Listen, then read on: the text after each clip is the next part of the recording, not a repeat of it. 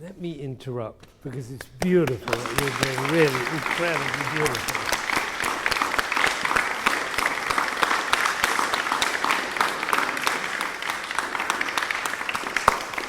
You're an amazing violinist.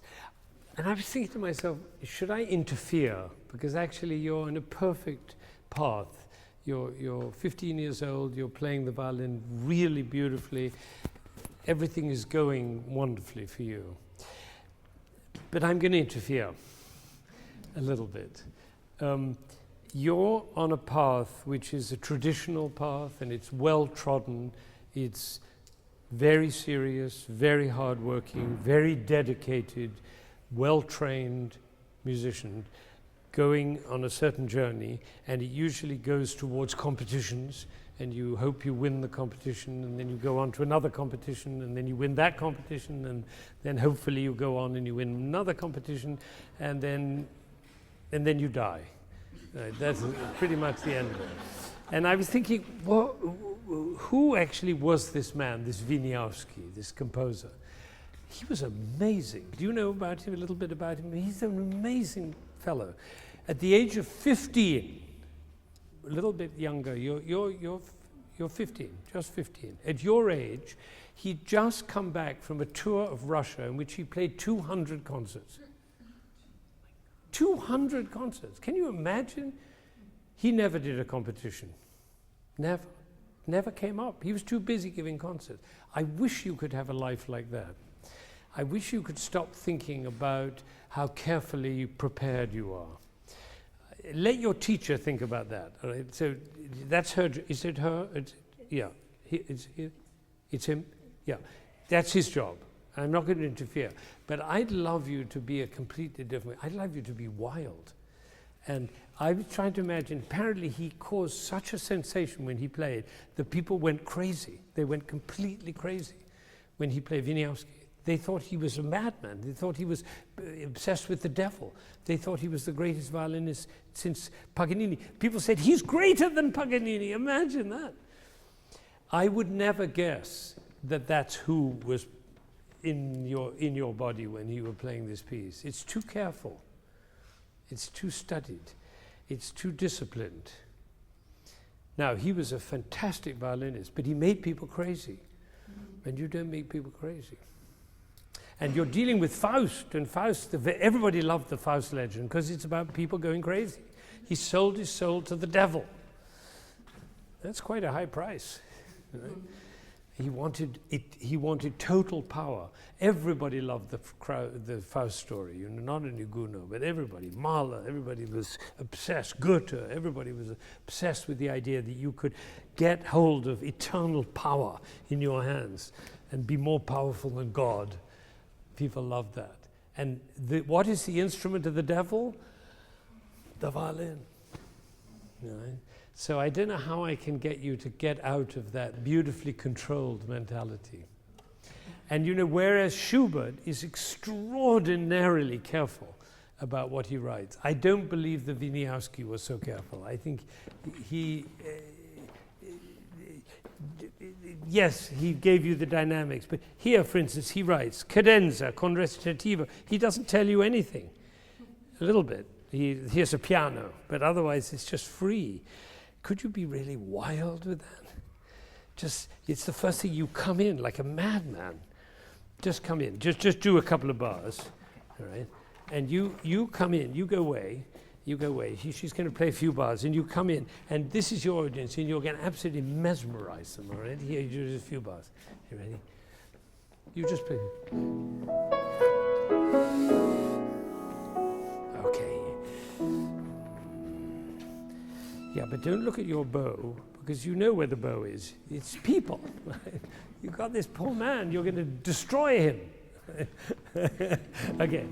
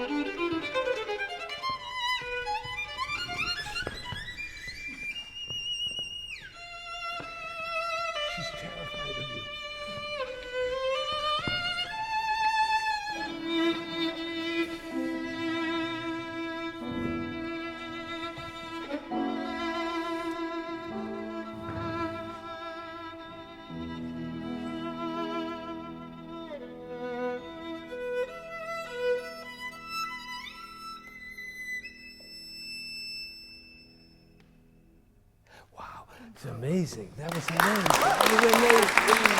Beautiful. That was amazing. Now,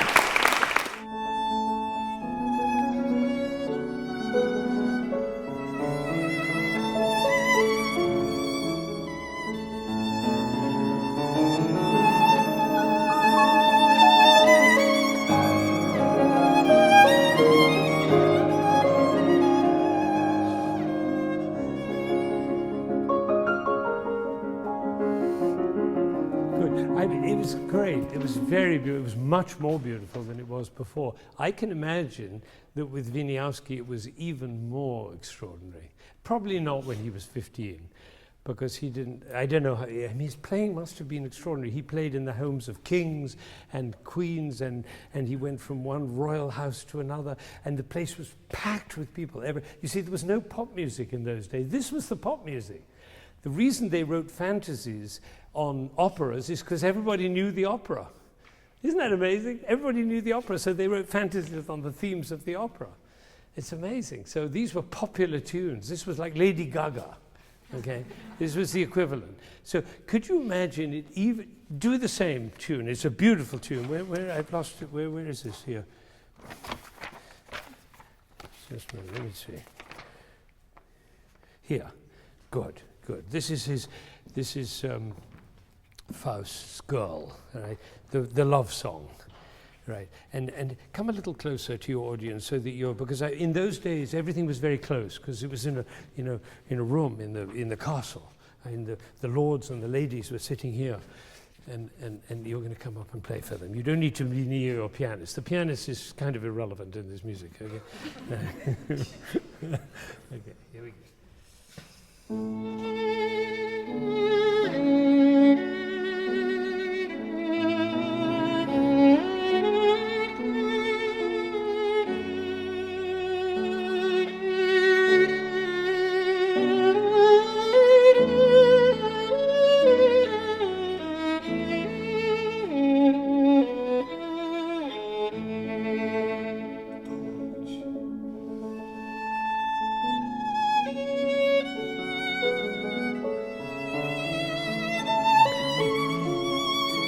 You know, it's so funny, he writes vibrato here. Isn't that funny? As if there's no vibrato on any note. But that's because he really wants that note to be incredibly special. It's beautiful. You can do it more. Do very fast vibrato from here, very fast.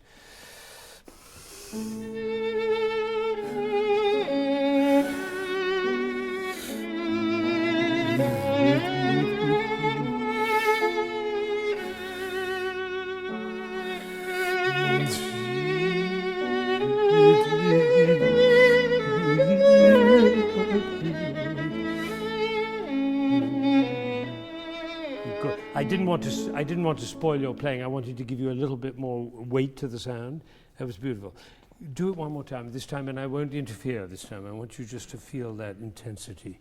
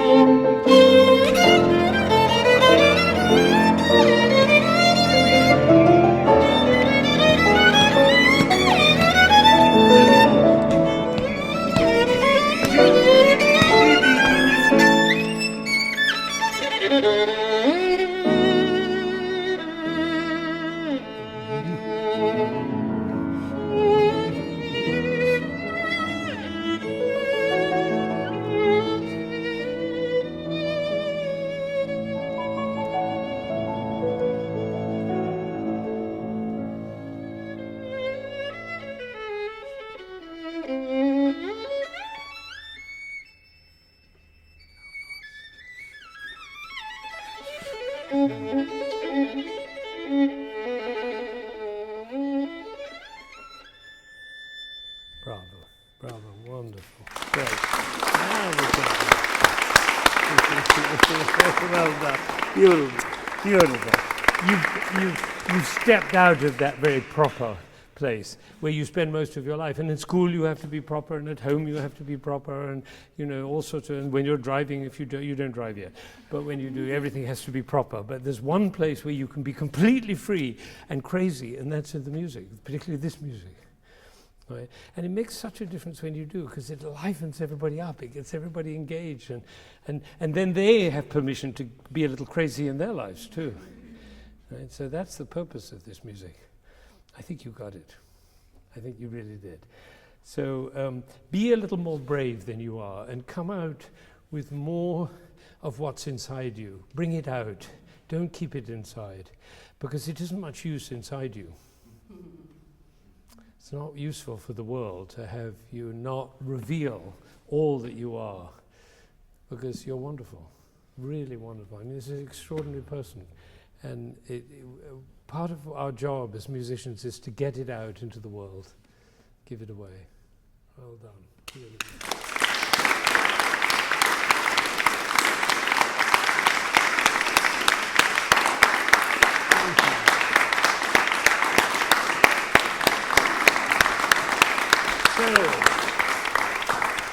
Any thoughts, any questions, any observations? Wow, you're saying wow. I heard you say wow, yeah. She's amazing. But they're all amazing. That Leo, you don't hear violin playing like that very often.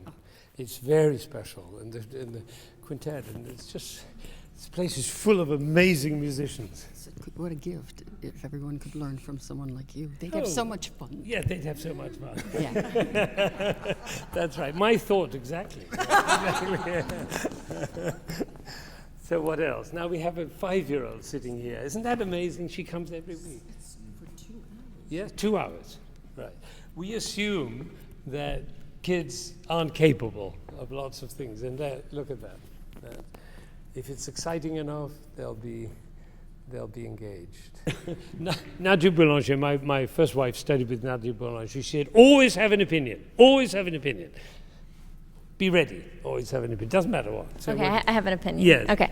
No, I think that physically when she changed, when all of the musicians changed, we heard things differently. Right. And for me, well, she was standing right in front of me in that moment, but there was like right at the beginning this first dissonance, and it actually, when she played it the first time, I don't even know if I heard it, what that dissonance really was, and how like physically tangible it could be in that music. And then when everything about her demeanor changed, well, it obviously changed the impact of the music, and it really physically affected me. Right. Isn't that amazing? Mm-hmm. And I take her hair down. That's because we keep everything in check, right. with the beautiful hairdo and all that, and we forget. It's a totally different image. It's more freedom, exactly. And then it affects people. It does. Yeah. But we have to also be careful not to cover the face, because it was lovely to see her expression as well. Yes, that's true, but when her face, it was very terrifying. It she was, looked like a witch. in that moment.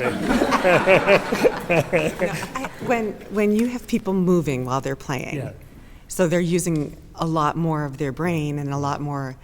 That's more difficult? No. Right? No, it's not. I think it's easier. Oh, okay. Because I think it's very artificial to play something and be absolutely still. Mm-hmm. I mean, try this. If you fall passionately in love with somebody and say, I love you.